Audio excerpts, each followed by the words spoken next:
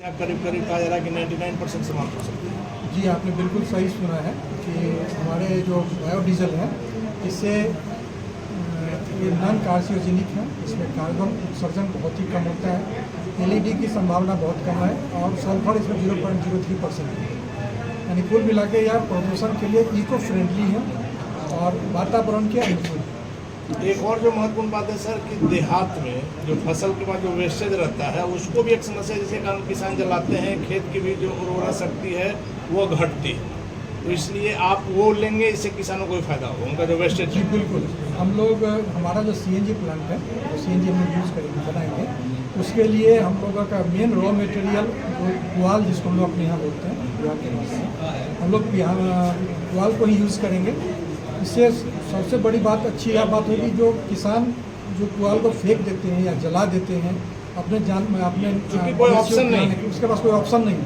आज के डेट में उनके पास एक ऑप्शन आ गया है, हमारे माध्यम से हम लोग इसको कर रहे हैं कि अगर वो हम बेचते हैं तो उनकी आय भी वृद्धि हो सकती है और पॉल्यूशन का प्रॉब्लम, जो जलाने से पॉल्यूशन होता है, वो प्रॉब्लम खत्म हो सकता है। आखिरी सवाल है सर, बिहार में आप लोग एंट्री मार रहे हैं?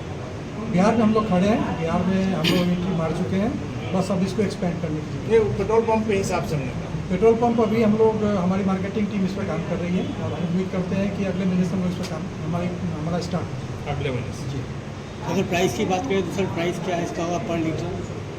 पर लीटर जो ट्रेडिशनल हम लोगों का फ्यूल है उससे यह कम है। ट्रेडिशनल डीजल और ये डीजल में क्या फ़र्क होगा?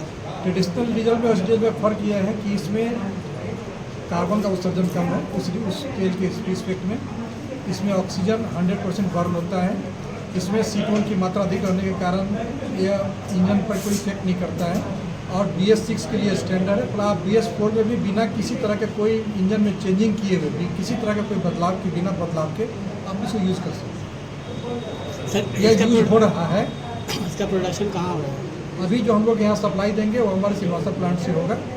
यहाँ हम लोग स्टोरेज बना रहे हैं, उसी स्टोरेज से सप्लाई देंगे। आने वाले समय में जब हमारे यहाँ पर मार्केटिंग अच्छा हो जाता है, कुछ बेस बन जाता है, फिर हम लोग यहाँ पर अपना प्लांट करेंगे। इसके आगे और क्या क्राइटेरिया रहेगी सर, जिससे कि लोग और बढ़िया से जुड़ सके इससे? हम लोग पेट्रोल पंप के लिए, डीजल पंप के लिए बात कर रहे हैं। जी जी। डीजल पंप पे हम लोग चाह रहे हैं कि हमारे अच्छे अच्छे दोस्त लोग आए हमारे साथ और पैसा कमाएं। यह GST आधारित है। इसमें पेट्रोल जो डीजल हमारा है उसमें जो 3 रुपया से लेकर 5 रुपये तक का मार्जिन है, प्लस GST का इनपुट है, तो अच्छा खासा मार्जिन निकल सकता है। ये पैसा जो कमाने के बाद इसमें क्या क्या क्राइटेरिया है पैसा कमाने में? पैसे कमाने की आपने बात बताई कि पैसा लोग कमा सकते हैं, हाँ, इसमें क्या क्या क्राइटेरिया है?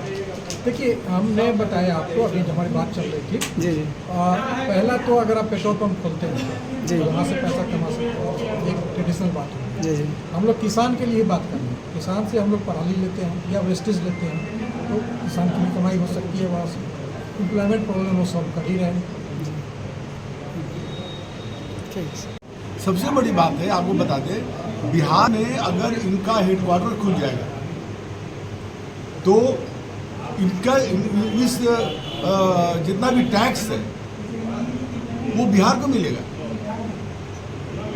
जैसे बिहार के बहुत से इंडस्ट्रीज हैं, उनका जो है कहा जाता है कि उसका बिहार की आर्थिक राजधानी कलकत्ता है, वेस्ट बंगाल है।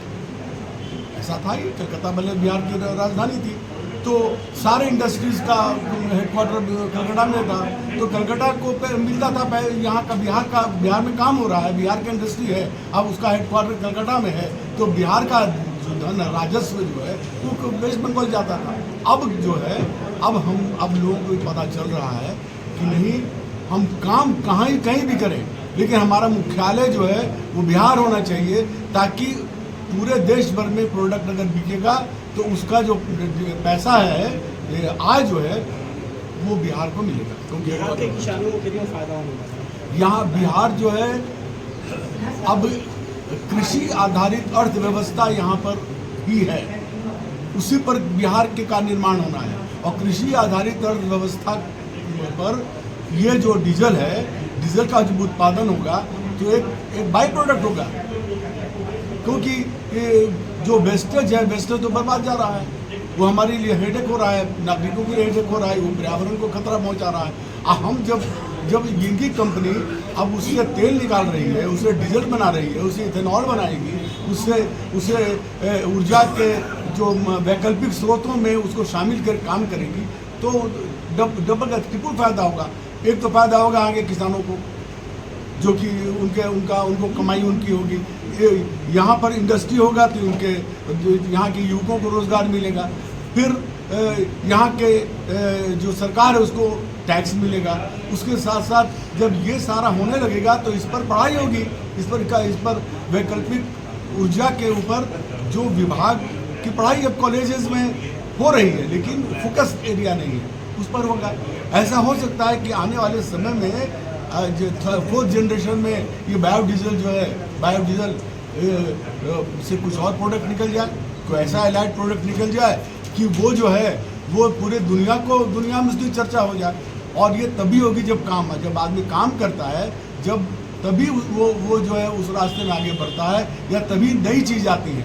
हम जब तक सड़क खोदेंगे नहीं तब तक पता नहीं चलेगा जमीन के भीतर क्या है। लेकिन ये सारा चीज़ ये करने जा रहे हैं, तो ये अपने आप में हमको बिहार की इस प्रतिभा पर गौरव है।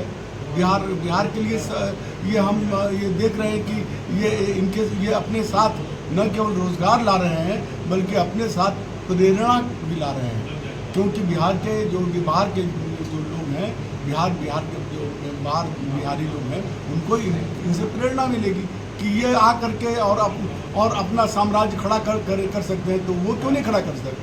क्यों बिहार से बाहर जा रहे हैं?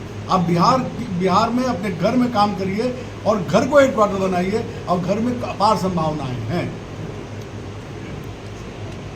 बिहार में शुरुआत करने जा रहे हैं, इनकी इस कदम को आप कैसे देख रहे हैं? कितना फायदा होगा बिहार? देखिए ऐसा है, बिहार